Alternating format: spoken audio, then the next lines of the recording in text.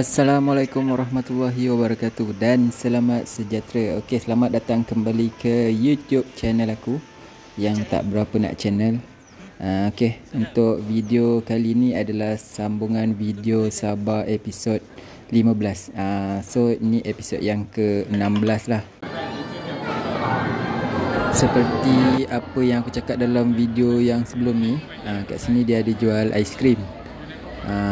So aku pun belilah, tapi kena beratur sikit lah sebab orang ramai. So untuk harga dia masa aku datang ni, harga dia RM6.50.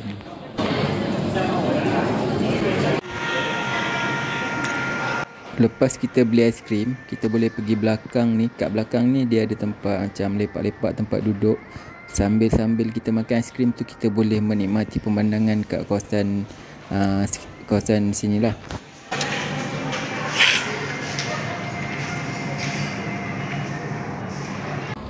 Lembu. Kopi.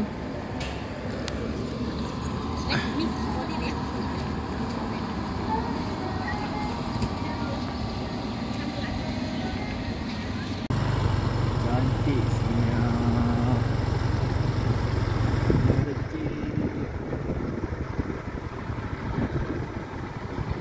Kata orang Melaka mercik. So masa ni lepas aku dari dairy farm, aku ke Ranau. Aku pergi ke Ranau, tapi aku lalu jalan belakang lah. Aku sendiri pun tak pernah tahu ada jalan belakang ni, dan aku sendiri pun tak pernah lalu. Jadinya aku memang sajalah nak lalu sebab nak tengok-tengok pemandangan kat kawasan sini kan.